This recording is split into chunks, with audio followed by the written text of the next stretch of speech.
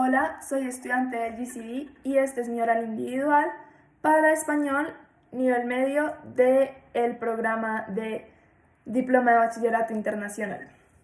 Entonces la cuestión global que yo planteé fue ¿hasta qué punto Poeta en Nueva York y Éramos el enemigo evidencian la xenofobia como una oposición política y social que deshumaniza al individuo? Me pareció importante responder esta pregunta, ya que a pesar de que hemos avanzado como sociedad dejando atrás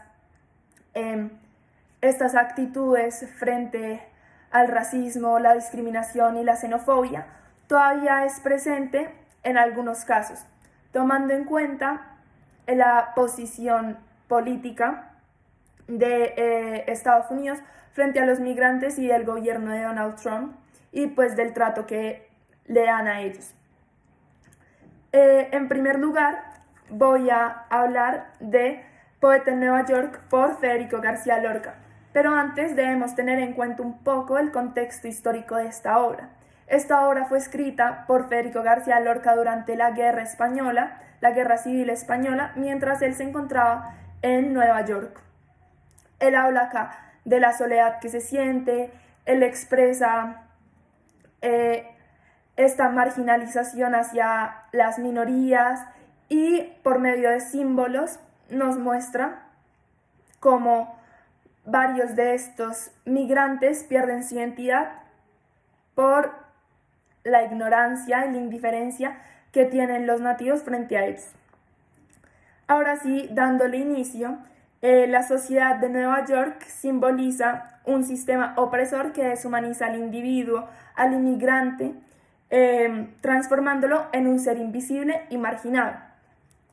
En esta obra, el capitalismo industrializado convierte a estas minorías en objetos de trabajo, en máquinas, reflejando la pobreza y la explotación hacia ellos.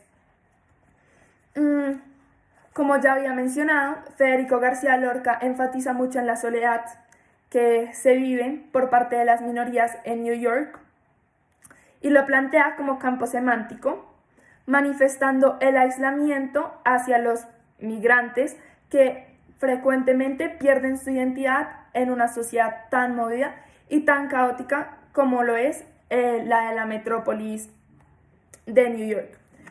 En el poema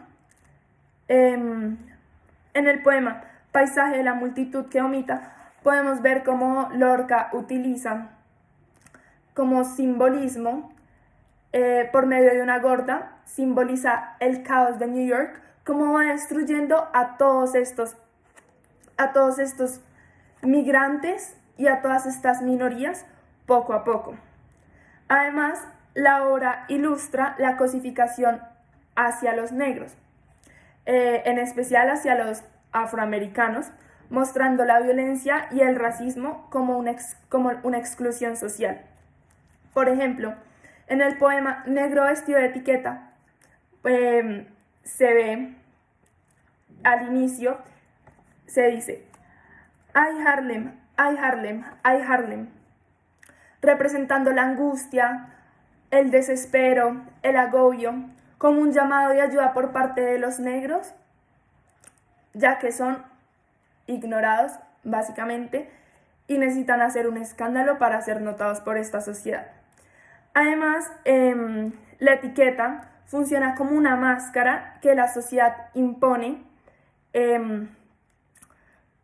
demostrando cómo los negros utilizan esto, sacrificando su identidad para básicamente encajar en la sociedad.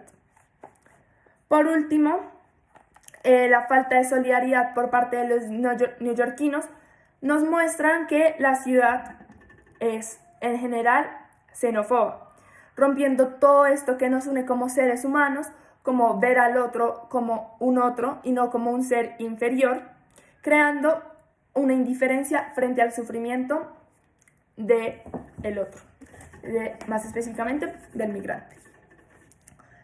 Continuando, ahora hablaré de Éramos el enemigo por George Takei. Esta novela gráfica por George Takei cuenta cómo su experiencia de lo que él vivió en los campos de concentración tras el ataque de Pearl Harbor por parte de los japoneses hacia Estados Unidos y como el gobierno estadounidense los trató. Utilizaré de la página 15 a la página 22 para explicar el estímulo y responderlo. Hablaré esta viñeta que dice: la orden en ningún momento utilizaba las palabras japonés o campo, pero autorizaba que los militares a declarar zonas, de las que se pueden excluir cualquier número de personas, y a proporcionar transporte, comida, refugio y otros acomodos, y las personas excluidas de dichas zonas. Básicamente, acá el gobierno estadounidense lo que hizo fue una exclusión social completa de los japoneses. Los llevó a un campo de concentración, los aisló del resto del mundo y los privó de sus derechos, tratándolos como enemigos y como seres inferiores. Acá, en estas prisiones para los japoneses americanos durante la Segunda Guerra Mundial, podemos evidenciar claramente la xenofobia gubernamental, privándolos de la humanidad. Además, George Takei al inicio nos cuenta cómo a los japoneses se les fueron obligados a entregar o vender todo aquello que habían conseguido con tanto esfuerzo. Es decir, la pérdida obligada de bienes y viviendas aquí representan como el rechazo de la identidad hacia el migrante, la historia que estos objetos contaban, y como prácticamente fueron obligados a venderlos por por la décima parte de todo lo que costaban.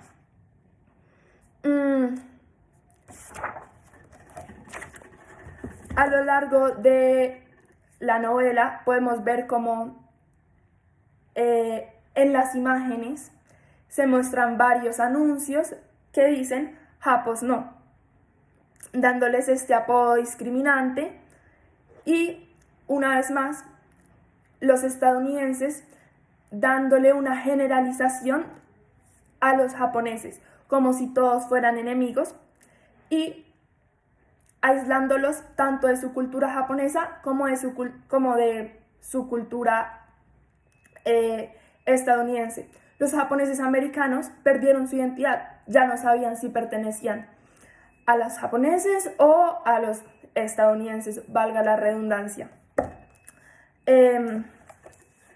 Asimismo, los discursos de odio por parte de personas de altos rangos del gobierno como Earl Warren o los Roosevelt incentivaron el odio, alimentando las ganas de eliminar por completo la raza de los japoneses. Por el otro lado, el silencio establecido sobre los reclusos demuestra la deshumanización. Su pasado fue suprimido por décadas durante los Estados Unidos. Esta historia no se contaba abiertamente, y así como el odio y la discriminación hacia los japoneses, no se hablaba de esto. Este odio que se esparcía por parte del gobierno era justificado como seguridad nacional, mostrando cómo el poder político era capaz de tapar con cualquier excusa sus acciones negativas y claramente xenófobas y racistas. Por último, los campos de concentración transformaron a los ciudadanos japoneses americanos en enemigos sin derecho bajo una generalización, suprimiendo sus identidades y sus raíces. Para concluir, ambas obras nos muestran de diferentes maneras, pero a su vez muy parecido, cómo la xenofobia se vive en estos diferentes escenarios y cómo esta indiferencia y esta ignorancia por parte de ambas sociedades crean un efecto negativo, deshumanizando, viendo como inferior a el otro, sin tener empatía ni solidaridad por el momento difícil que estos están pasando. rompiendo todos los lazos humanos que se habían establecido. Eso es todo. Gracias.